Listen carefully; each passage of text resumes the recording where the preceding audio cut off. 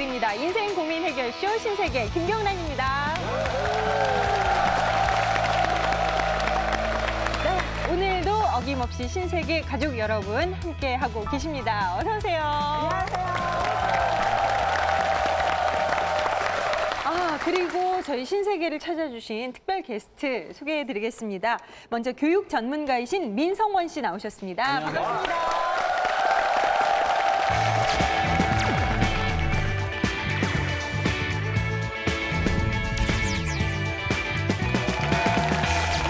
어떻게 유명하시면 공부 잘하는 비법을 알려주는 교육 컨설턴트로 유명하신 분이세요. 20년 전에 만났을 때 우리 애들 지금 고생하고 있는데. 잠깐만요. 말 나온 게 44 먹고도 공부 잘할 수 있나요? 40몇 살이요? 44이요. 공부는 잘할 수 있는데 욕구가 없잖아요. 욕구만 있으면 제가 알려드릴게요. 그냥 사는 대로 살아. 그리고 또 한 분, 뮤지컬 명성황후로 유명하신 분이죠. 뮤지컬 배우 이태원 씨. 뮤지컬 배우 박혜미 씨가 신세계 출연을 적극 권유를 하셨대요. 왜 한 번 오셨었잖아요, 박혜미 씨. 너도 한번 당해봐라 뭐 이런 거 아닌가요? 박혜미 씨가 말을 하시는 걸 좋아하는데 참 정리가 안 되시는 분 중에 하나예요. 근데 이제 정리 안 되는 걸 제가 정리를 잘 해드리거든요. 그러다 보니까 나가서 신세계 한번 나가서 정리 한번 해봐라. 네. 그래요. 자, 오늘도 정말 기대가 됩니다. 근데 사실 오늘 좀 뭔가 다른 때랑 다르지 않으세요? 빈자리가 있어. 자리가 하나 비어있네요.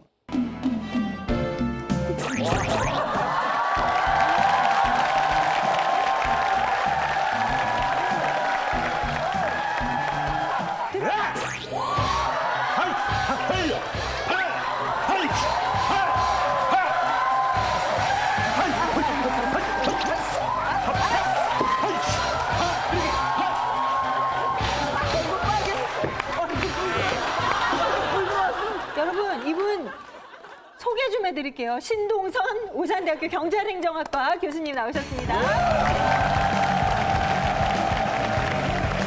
강도를 잡으러 가는 정신으로 오늘 열심히 하겠습니다.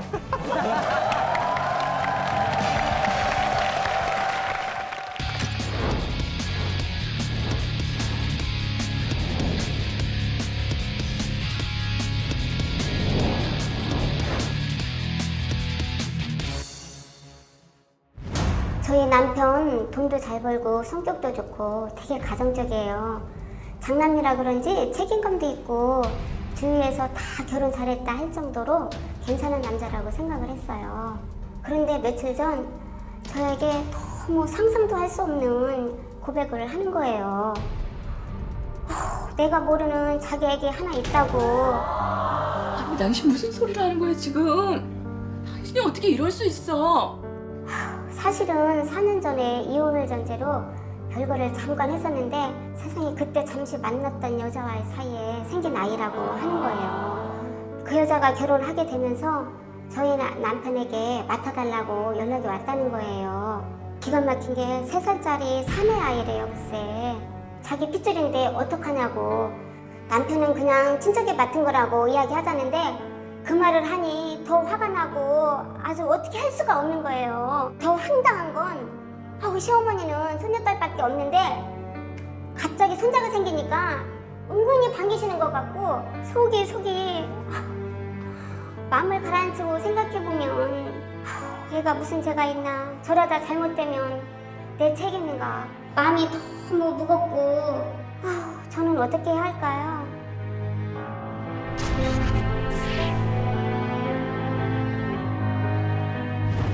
진짜 심각한 고민에 빠진 그런 사례자 이야기인데요. 말 그대로 남편이 밖에서 아이를 낳아왔어요. 근데 이 아이의 엄마는 미혼모라 이제 결혼을 해야 됩니다. 그래서 결혼을 하면서 아이를 데려갈 수 없으니까 엄마한테 맡기려고 생각을 했는데 엄마가 가정 형편이 너무 안 좋으세요. 그래서 이제 아이 아빠가 경제적으로 좀 여건이 되고 하니까 그 아이를 키워달라고 이야기를 한 거죠. 근데 사실 이 사례 같은 경우는 청천벽력 같은 그런 소식이잖아요. 그렇죠. 예. 잠깐 이렇게 떨어져 있을 때 그렇게 사랑하지 않는 여자에게서 아이를 낳았고 시어머니는 은근히 또 손주라니까 그렇지 기다렸던 아들인데라는 그런 느낌이고 그래서 어떻게 해야 되나라는 그런 아주 심각한 고민에 빠져 있습니다. 그래요. 네. 과연 어떻게 하면 좋을지 일단은 우리 신세계 남성 출연자분들의 의견부터 들어보도록 하겠습니다. 아이를 맡아 키워야 한다라고 생각하시면 파란색 버튼을 눌러주시면 되겠고요. 아니다, 안 키운다, 못 키우겠다라고 생각하시면 빨간색 버튼 눌러주시면 되겠습니다. 신세계 남성 출연자 여러분, 앞에 있는 버튼 눌러주세요. 그래, 내가 이 남자하고 재혼한 남자다. 같이 자식까지 받아들였다라고 생각을 하면은 이 아이의 아버지가 자기 남편의 이유 때문에 모든 가정을 희생해서 이 아이를 끌어안겠다는 아름다운 엔딩처럼 포장이 돼 있지만 내가 이 남자랑 헤어질 수 없다면 차라리 제가 좀 키웠으면 좋겠어요. 남편의 실수라면 실수인데 그 아이들이 설 곳이 없어요. 우리가 보듬어줘야 돼요. 내 아이들의 의견과 상관없이 아들이니까. 그러면 남편과 시어머니 불러주는 게 나아요.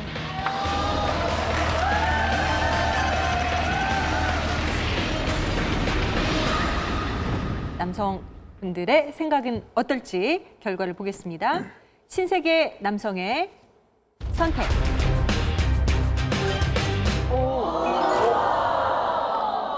4대 3인데요. 안 키운다. 양재진 원장님, 김태훈 씨 같이 갔어요. 그리고 신동선 교수님이 안 키우겠다. 네.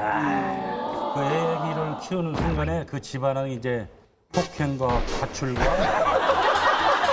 살인이 이제 시작이 됩니다. 아, 진짜요? 예, 예. 그 애기는 어디로 가야 돼? 아빠가 내가 싫다 그러면. 아니 지금 부인이 지금 반대를 하고 기분이 안 좋지 않습니까? 기분 물론 안 좋죠. 예. 이건 하늘이 노력해지는 거죠. 그런데 네. 그 자기가 고집대로 그 데려다 키우려고 그럼 애의 운명은 어떻게 하냐고요? 씨를 뿌린 그 장군이. 선생님 너무 몰아붙이면 긴장하세요. 하나씩 얘기. 지금 저분이 저 얼굴이 긴장하는 아니 얼굴이에요. 선생님 지금 범인 취조하듯이 취조하시는 거야 지금. 왜 안 키우냐고요? 왜? 나는 그 얘기를 들어볼게요. 애로 인해서 자기 부인을 상처를 주거나 잃거나 그 집안에 분란이 생기는 것을 저는 원치 않죠. 그 애 하나로 인해서. 이혼을 전제로 별거했었단 말이에요. 그러면 그때는 와이프를 배신한 게 아니란 말이에요. 이혼하기로 하고서 별거한 거니까. 근데 그 사이에 애를 낳았어요. 웬만하면 이 여자가 미리도 얘기할 수 있었을 거예요. 내 애를 낳았다. 뭐 돈이 목적이나 그렇다면 3살 될 때까지 가만히 있었어요. 왜 자기가 키울 마음으로. 근데 자기가 결혼을 해야 되니까 그때 문제가 생긴 거죠. 문제가 생겼을 당시에는 둘 사이에 무슨 그 배신 행위가 없었다는 얘기죠. 그런데 남편을 받아들였으면 그 전에 문제 일으킨 것도 다 받아들여줘야 된다. 저는 그렇게 보는 겁니다. 근데 아니에요? 전 여기서 이 문제에 대해서 굉장히 단순하게 일단 생각해요. 남녀 입장을 바꿔보는 거죠. 그러니까 아내가 외도로 아이를 태어나서 데리고 왔을 때 남편이 내 입장에서 과연 키워줄 것이냐.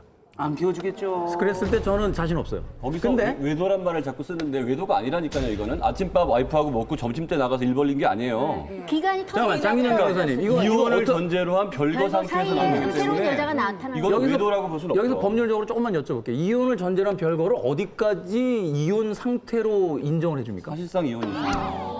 이 경우는 우리 선생님 말씀 맞아요. 간통에는 그런 게 있어요. 간통을 하도록 허락을 했거나 네. 사후에 한 걸 알고서 용서를 했다면 간통죄로 고소할 수 없는 그런 규정이 있어요.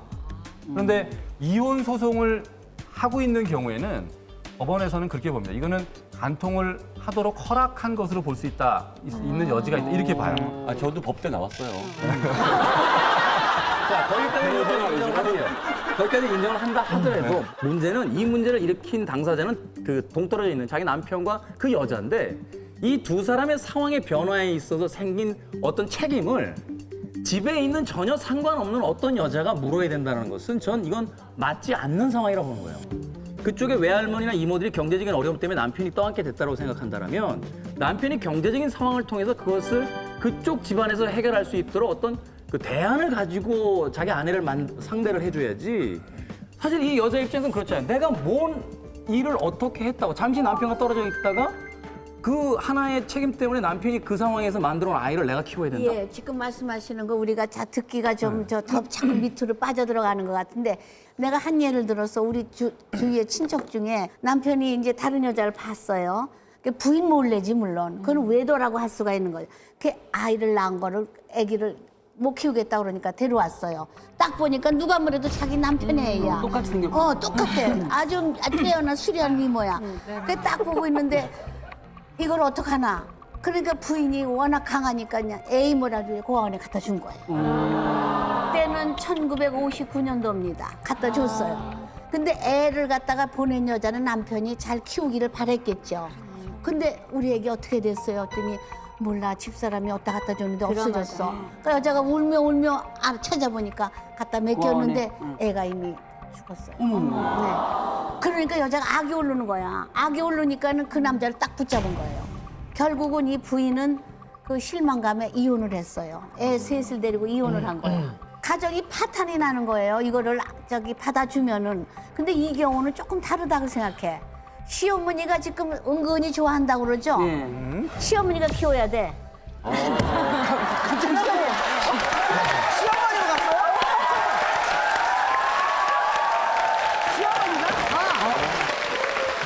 받아들인다고 그랬잖아. 네네. 그거는 난 시어머니 입장에서 받아들인다. 그거는 이제 그 모정이 유독 강한 집안이 있어요. 강해요. 받아들여요. 여자는 강해요. 여기서 중요한 얘기는 보상 문제입니다. 그 부인에 대해서 이게 해결이 돼야 받아들일 수 있습니다. 무슨 보상이요? 네.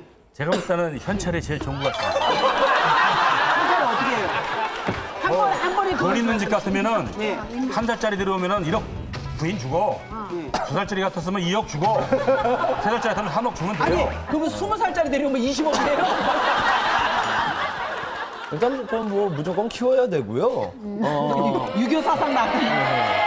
지금 저 개인적인 얘기예요. 만약 이런 상황이면 무조건 키워야 되고 일단 아이가 어리잖아요. 그래, 3살이야. 3살이잖아요. 만약에 입장을 바꾼다면 네. 자, 사실상 이혼을 전제로 별거를 했는데 네. 아내가 예. 실은 여보 이런 일이 있었어. 그래서 예. 어떻게 하지? 그러면은 키우실 수 있는. 그 제 책임도 있기 때문에 뭐 받아들여야 된다고 생각해요. 왜냐면 아니 당연히 좋아한다. 근데 왜냐면 이게 사람마다 이제 막 지금 판정단분들끼리 싸우고 계세요. 싸우지 마세요. 증명하세요. 이 사람마다 또 인연이 있고 또 자식하고 부모도 저는 인연이 있기 때문에 태어난 거라고 생각하거든요. 근데 저의 인연의 탯줄을 굳이 그렇게 그냥 딱 칼로 자르듯이 그렇게 확 잘라버릴 필요까지 아니, 그러면 지상렬 씨 그러면 예. 되게 그 괜찮은 동료인데 예. 혼자 아이 이렇게 키우는 거 힘들어하는 애들도 있어요. 너는 싫어. 저는 이 아내가 너무 고통스러워할 걸 알아요. 360을 죽는 순간까지 그 고통을 잊을 수 없는 아픔을 알지만 그래도 키워야 된다는 쪽으로 기우는 게 뭐냐. 첫 번째, 아내가 안 키우면 그 아이는 어디론가 가서 크고 있죠. 그러면은 그 아이의 아빠는 내 남편입니다. 내 남편은 그 아이가 어떻게 크는지 어떤 장소에 있는지 반드시 가게 돼 있어요. 부인의 입장에서 그 남편을 보면 그 남편이 나가서 그 아이한테 쏟는 시간 외에 또 다른 고통을 또 받고 항상 불안이 있는 거예요. 아, 그 아이하고 있겠지? 그 아이 엄마하고 같이 있을까? 저는 그 고통도 만만치 않을 거라고 생각하고, 그리고 3살이면은 정말 이제는 내가 키워도 내 자식이 될 수 있는 확률이 높은 나이예요. 그러면 저는 이 부인이 너무 고통스럽지만 한 번은 접어줘서, 그래, 내가 이 남자하고 재혼한 남자다. 그 남자하고 똑같이 살지만 한 번 이혼했고 두 번째 재혼할 때 아, 저 사람이 다른 자식이 있어서 내가 같이 자식까지 받아들였다라고 생각을 하면은 그 고통을 덜어줄 거라는 생각이 좀 드는 저는 지금 거예요. 이야기를 들으면서 느끼는 게 뭐냐면요. 그러면 이 여자의 생명은 지금 이 위치에서 어디가 있는 겁니까? 결혼한 얘기가 딴 남자. 그러니까 새 삶을 시작하려고. 쉽게 얘기해서 이건 뭐냐면 어떤 여성이 말도 안 되게 어떤 자신의 아이를 버리고 갔어요. 지금 자기는 새로운 남자를 얻겠다고. 그런데 그거를 전혀 이 아이와 상관없는, 단지 이 아이의 아버지가 자기 남편이란 이유 때문에 자기의 삶과 모든 가정을 희생해서 이 아이를 끌어안겠다는 아름다운 엔딩처럼 포장이 돼 있지만 이거는 조선시대부터 남성 중심에서 철저히 한 집안의 여자를 희생시킴으로써 가정을 유지시켰던 과거의 아니, 전통이에요. 이런 시대를 떠나서 일단 문제는 뭐냐면 시어머니가 원하고 있어요. 시어머니가 만약에 그 손주를 원하지. 부인 결정해서 시어머니가 원한다는 게 무슨 변수인가요, 이게? 변수가 되는 게 뭐냐면 며느리하고 시어머니하고의 관계는 떨어뜨릴 수가 없어요. 그 시어머니가 그 존재를 알았어요. 손자의 존재를. 그럼 이 시어머니는 손자에 대해서 집착을 하고 있고 만약에 자기 며느리가 이 아이를 키워준다면 며느리한테 미안한 마음이 조금이라도 있을 텐데 그렇지 않고 밖에서 딸을 키운다면 이 시어머니조차도 아들하고 합세를 해서 제대로 된 게 아니라 핏줄에 대해는 제대로 될 수가 없죠. 고마워할 게 아니라 내 아들이 이런 일을 벌려서 참 미안하다 내지는 아무 말도 안 하고 있어요. 안으로 굽는데 어떡해. 그러나 내 아들의 씨를 받은 애 아니야. 그러니까. 시어머니 자꾸 외면할 수가 없어. 아니 근데 되게 지금 재밌는 게요. 그 남자분들이 못 키우겠다고 그러고 지금 여자분들이 키우겠다고 자꾸 이제 이러시는 그러니까 건데. 제가 얘기하는 게 바로 그거예요. 그러니까 조선시대부터 남성들이 여성들을 정말 잘 세뇌시켰다는 게 저는 여기서 느껴지는 거예요, 지금. 저는 서상목 씨 얘기를 좀 듣고 싶어요. 왜 이렇게 조용히 아니, 계세요? 흔히 이거 전문이신데. 아니 본인이 마치 이 살해자의 남편처럼 고개를 떨구고 그렇게 앉아 계시면 어떻게 얘기를 좀 하세요 오늘. 왜 그러세요? 아니 이거는 네네. 원래 옛날부터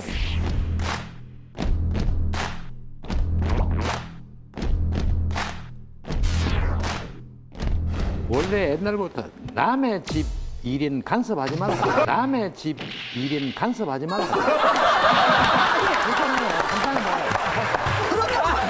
신세계에 나오시면 안 되죠. 남의 일인데 다. 이게요. 문제는 그 부인 문제가 아니에요. 문제는 이 알을 어떻게 훌륭하게 키우느냐에 초점을 맞춰야 될 거예요. 만일에 부인이 끝까지 이 반대를 하면 이거는 고아원에 어디 가든지 안 그러면 좋은 집에 아답트 시키는 게 훨씬 낫을 거예요. 이 여자가 이 부인이 애를 안 받는다 하더라도 사실은 알았잖아요. 그렇죠. 알았으면 평생 이리가 있게 돼요.